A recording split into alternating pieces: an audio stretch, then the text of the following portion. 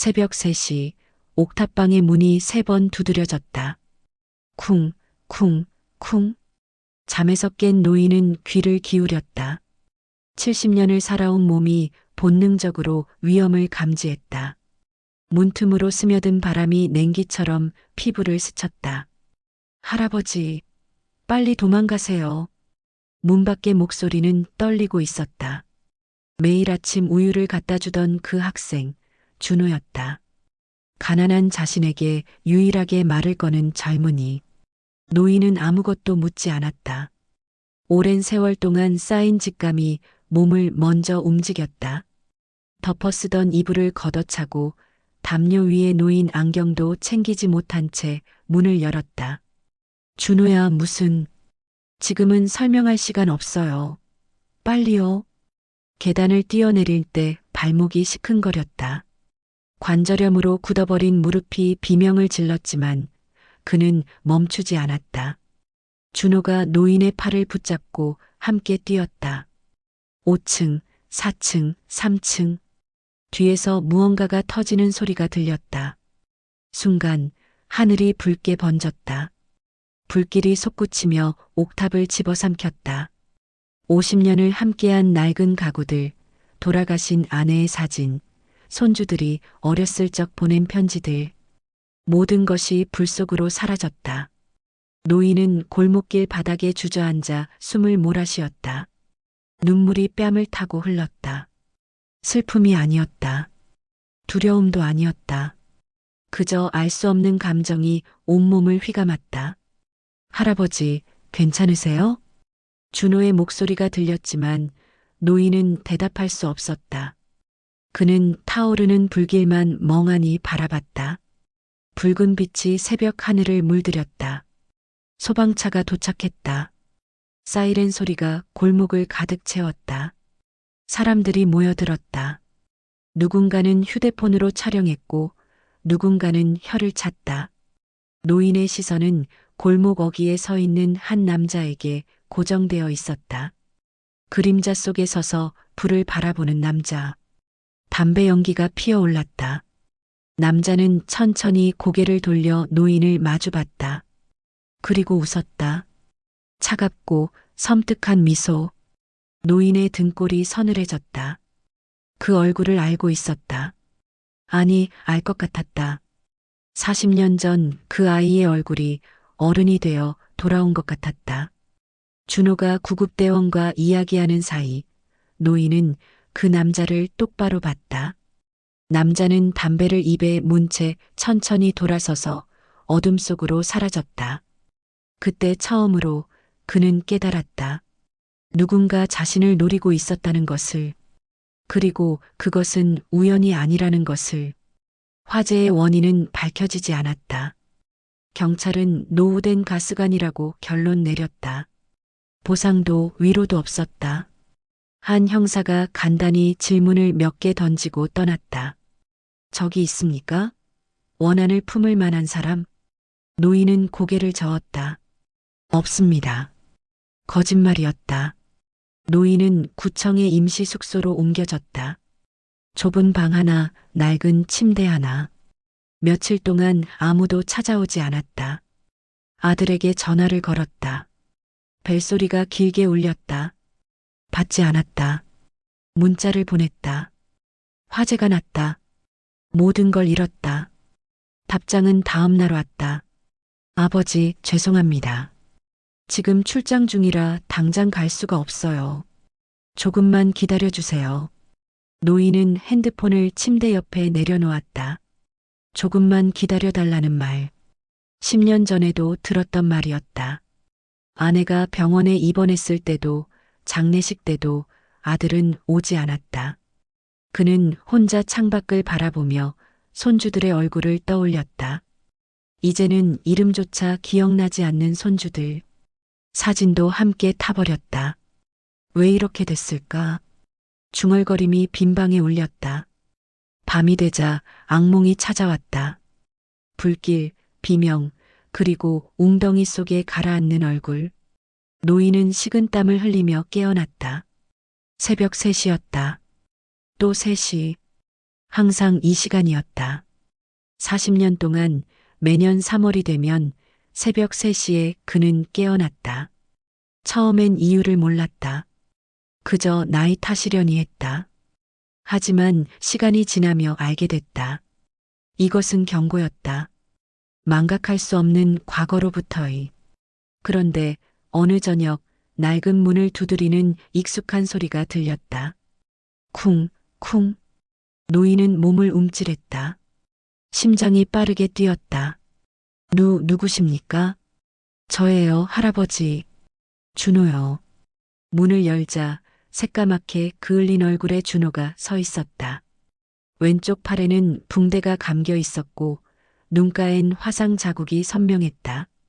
살아계셔서 정말 다행이에요. 준호의 눈빛엔 두려움보다 후회가 깃들어 있었다. 목소리가 떨렸다. 노인은 그를 안으로 들였다. 말없이 물 한 잔을 건넸다. 미안하구나. 대접할게. 괜찮아요, 할아버지. 준호는 물을 한 모금 마시고 조심스레 말을 이었다. 그날 불 나기 전에 누가 있었어요. 옥탑역 골목에요. 담배 피우던 남자였는데 계속 위를 보고 있었어요. 할아버지 방을. 노인의 손이 떨렸다. 제가 계단 올라갈 때도 그냥 서 있었어요. 웃으면서. 그래서 뭔가 이상해서 빨리 할아버지를 깨운 거예요. 그 남자 어떻게 생겼더냐? 키는 175cm 정도? 마른 편이고 얼굴엔 깊은 주름이 있었어요. 50대 후반쯤? 그리고 왼쪽 눈 밑에 큰 흉터가 있었어요. 노인의 입술이 파르르 떨렸다. 그 눈빛, 그 어깨의 각도, 그 흉터. 기억 속에 누군가와 겹쳐졌다. 오래전의 일 누구도 말하지 않았던 그날 밤의 장면이 천천히 되살아났다. 할아버지, 준호가 걱정스러운 목소리로 물었다. 아는 사람이세요? 노인은 고개를 저었다. 또 거짓말이었다.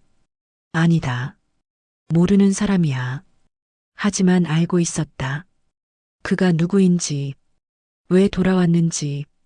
젊은 시절 그는 공사장에서 일하던 인부였다.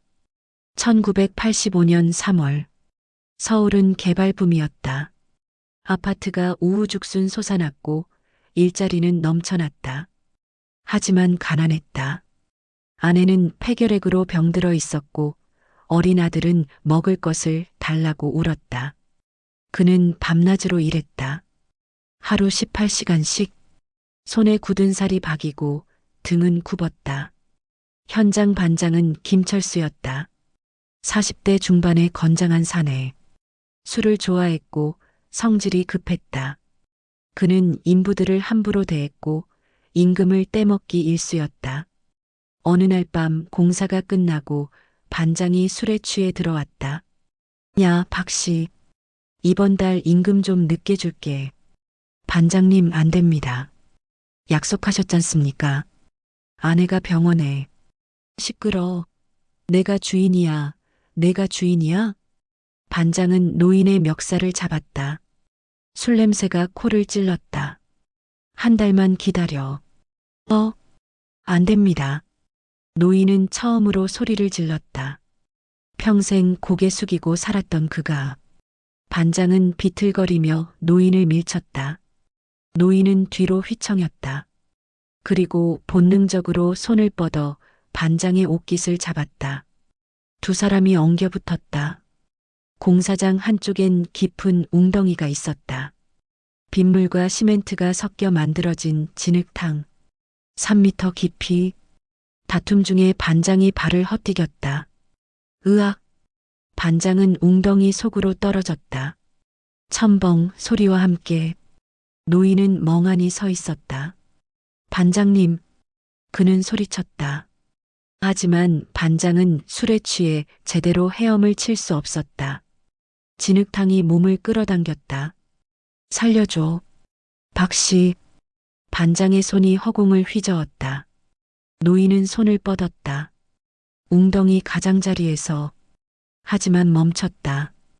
순간적으로 스쳐 지나간 생각. 이 사람이 죽으면 밀린 임금을 받을 수 있을까? 이 사람이 없으면 더 이상 구박받지 않아도 되지 않을까? 아내를 살릴 수 있지 않을까? 단 3초. 그 3초가 한 사람의 인생을 바꿨다. 노인은 손을 걷었다. 반장은 천천히 가라앉았다. 붉은 흙물 속으로 마지막 숨을 내쉬며 거품이 올라왔다가 멈췄다. 고요. 노인은 주변을 둘러봤다. 아무도 없었다. 밤 11시. 공사장은 텅 비어 있었다. 그는 도망쳤다. 다음 날 반장의 시신이 발견됐다. 경찰이 왔다. 조사가 시작됐다. 술 취해서 웅덩이에 빠진 것 같습니다. 사고사로 보입니다. 노인은 아무 말도 하지 않았다. 입을 다물었다. 장례식에 반장의 어린 아들이 왔다. 12살쯤 됐을까? 왼쪽 눈 밑에 넘어져서 생긴 듯한 흉터가 있었다. 아이는 관 앞에서 눈물도 흘리지 않았다. 그저 멍하니 아버지를 바라볼 뿐. 노인은 그 눈빛을 평생 잊을 수 없었다. 텅 빈 무언가를 잃어버린 눈빛. 준호에게 이 모든 이야기를 할 수 없었다. 노인은 그저 입을 다물고 있었다. 할아버지, 괜찮으세요? 얼굴이 창백하세요. 아니다. 그냥 피곤해서. 제가 경찰에 신고할까요? 그 남자 수상해요. 안 돼. 노인은 소리쳤다. 준호가 놀라 뒤로 물러섰다. 미안하다. 큰 소리 쳐서. 그냥 신경 쓰지 마라. 하지만 준호는 고개를 저었다. 아니에요. 제 느낌이 맞아요. 그 남자 할아버지를 노리고 있었어요. 노인은 깊은 한숨을 쉬었다. 준호야. 네. 내가 나쁜 사람이라면? 예. 과거에 큰 잘못을 저질렀다면. 그래도 날 도와줄 수 있겠니? 준호는 잠시 침묵했다. 그리고 천천히 입을 열었다. 할아버지가 어떤 분인지 저는 알아요. 매일 아침 제가 우유 배달 갈 때마다 고생한다고 말씀해 주시잖아요. 겨울엔 따뜻한 차도 타주시고, 그건 다른 사람들은 저를 거들떠도 안 봐요. 그냥 우유 놓고 가는 배달원일 뿐이죠. 근데 할아버지는 달라요. 제 이름을 기억해 주시고 공부는 어떻게 되냐고 물어봐 주시고. 준호의 눈에 눈물이 맺혔다. 그러니까 할아버지가 무슨 짓을 했든 저는 도와드릴 거예요. 노인의 시야가 흐려졌다. 눈물이 터졌다. 고맙다. 그날 밤 노인은 준호에게 모든 것을 고백했다. 40년 전에 그날 밤. 웅덩이, 거둔 손, 침묵. 준호는 말없이 들었다. 판단하지 않았다. 그저 노인의 손을 잡아줬다. 그래서 그 아들이 복수하러 온 거예요? 그런 것 같구나. 할아버지는 왜 말씀 안 하셨어요? 경찰한테 말해서 뭐가 달라지겠니? 내가 죽인 거나 마찬가지야. 하지만 이제 갚을 때가 된 것 같다. 노인은 창밖을 바라봤다. 달이 떠올랐다. 준호야, 넌 이제 가거라. 나한텐 더 이상 오지 마. 무슨 말씀이세요? 위험해. 그 사람은 날 노리는 거지. 널 노리는 게 아니야. 저 혼자 어떻게 할아버지를 두고 가요? 가. 노인이 소리쳤다. 그리고 눈물을 흘렸다. 제발, 날 위해서라도 살아다오. 준호는 울먹였다. 하지만 결국 고개를 끄덕였다.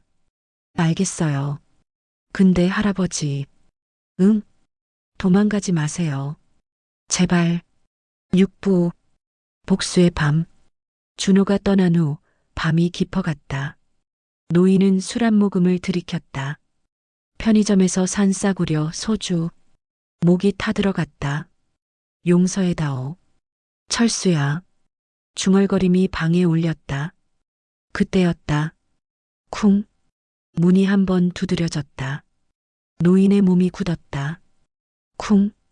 두 번째, 심장이 미친 듯이 뛰었다. 세 번째가 오지 않았다. 노인은 천천히 자리에서 일어섰다. 손이 떨렸다. 문손잡이를 잡았다. 이제 끝이구나.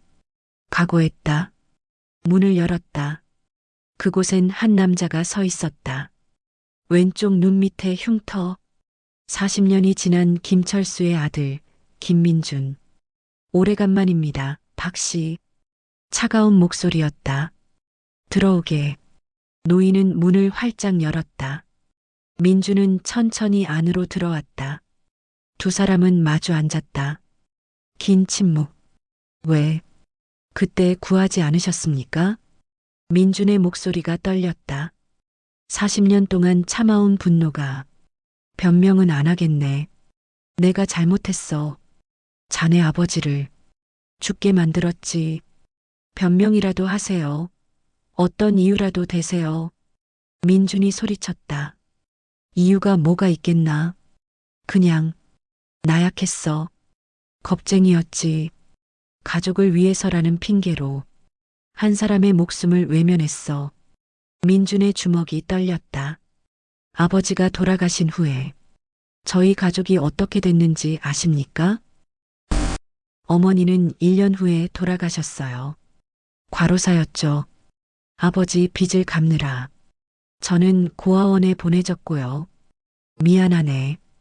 미안하다고요? 그게 다예요? 민주는 품에서 무언가를 꺼냈다. 녹슨 철 파이프였다.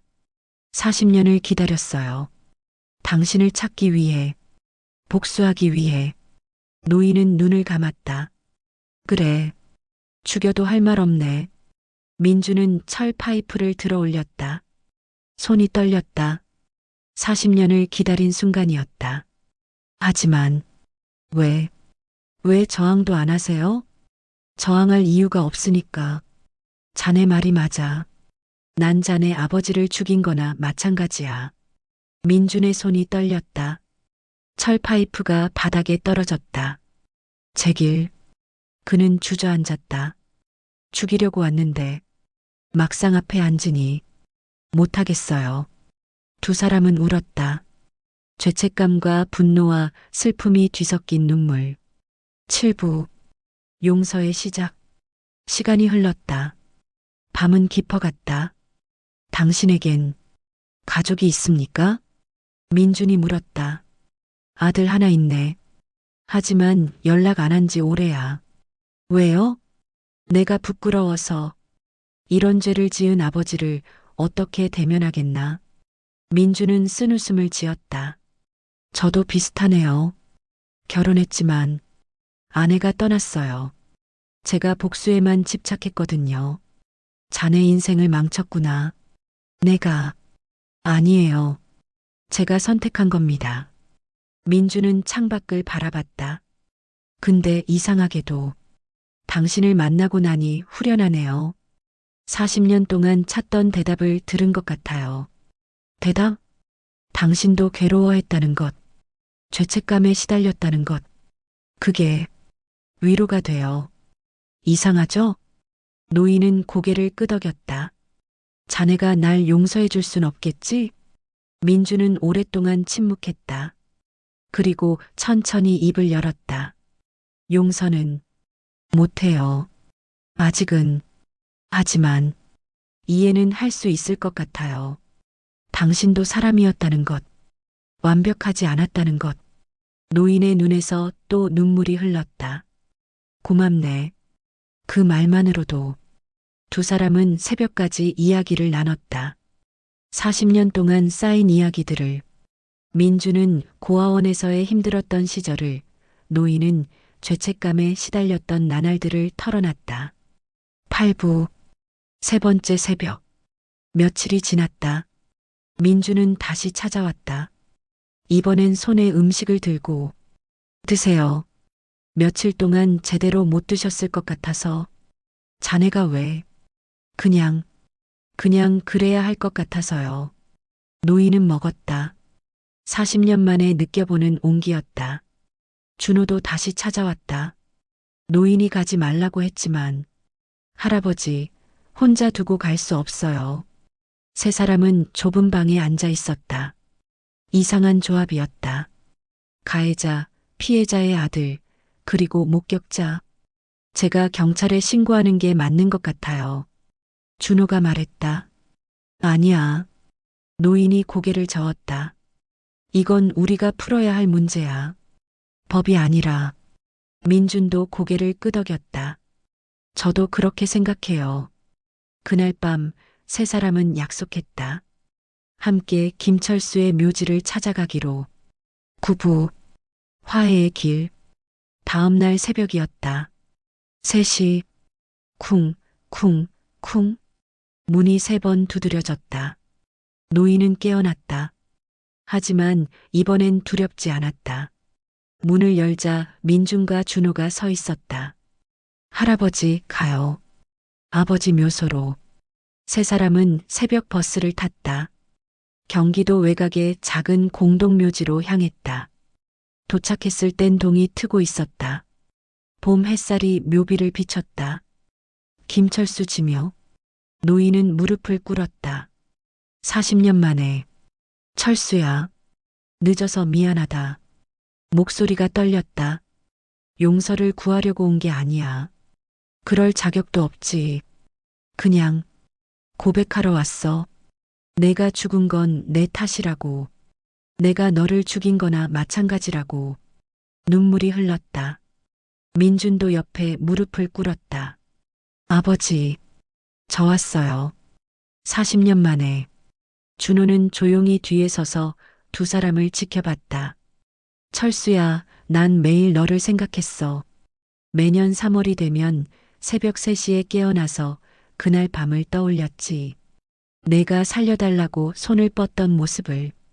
내가 손을 거둔 그 순간을. 노인은 땅에 이마를 댔다. 미안하다. 정말 미안하다. 민준이 노인의 어깨에 손을 올렸다. 이제 그만 일어나세요.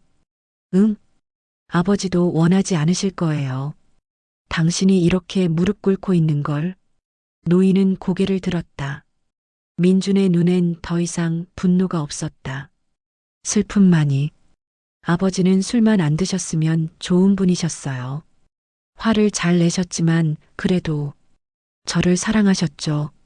민준의 목소리가 떨렸다. 당신을 용서하라고 하진 못하겠어요. 하지만 당신도 충분히 벌을 받으신 것 같아요. 40년 동안 죄책감에 시달리며 사셨잖아요. 자네, 이제 그만 괴로워하세요. 그게 아버지도 당신도 우리 모두가 평화를 찾는 길일 것 같아요. 세 사람은 묘지 앞에서 한참을 있었다. 바람이 불었다. 봄 향기가 났다. 준호가 가져온 국화꽃을 묘비 앞에 놓았다. 할아버지, 이제 가요. 노인은 마지막으로 묘비를 어루만졌다. 철수야, 편히 쉬어라. 나도 이제 편히 살아볼게. 에필로그. 그로부터 한 달이 지났다. 노인은 새 집으로 이사했다. 정부 지원을 받아 작은 원룸이었지만 따뜻했다. 민준이 가끔 찾아왔다. 식사를 함께하고 이야기를 나눴다. 과거를 치유하는 시간이었다. 준호는 여전히 아침마다 우유를 갖다 줬다. 그리고 이제는 함께 차를 마시며 대학 이야기를 했다. 어느 날 노인의 아들에게서 전화가 왔다.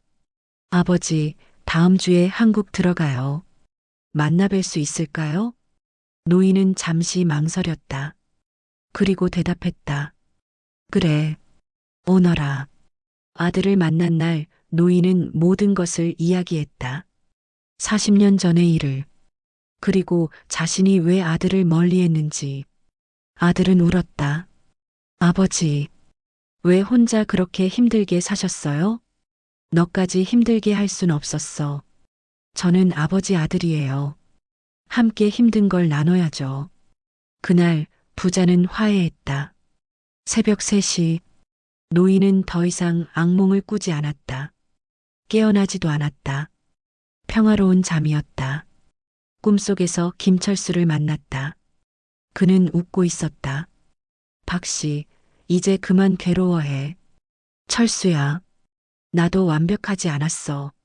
술 마시고 사람들 괴롭히고 우리 둘 다 그냥 평범한 인간이었던 거지. 용서해줘서 고맙네. 용서가 아니야. 그냥 이해야. 우리 모두 살기 위해 발버둥 쳤던 거니까. 꿈에서 깨어났을 때 아침 햇살이 방을 비추고 있었다. 노인은 창문을 열었다. 봄바람이 불어왔다. 준호가 우유를 들고 문을 두드렸다. 쿵, 쿵, 쿵. 이번엔 두렵지 않았다. 노인은 미소 지으며 문을 열었다.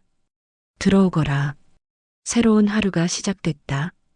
과거의 무게를 내려놓고 용서와 화해를 배우며 남은 인생을 살아갈. 그렇게 세 번의 노크는 더 이상 경고가 아니었다. 새로운 시작을 알리는 소리였다.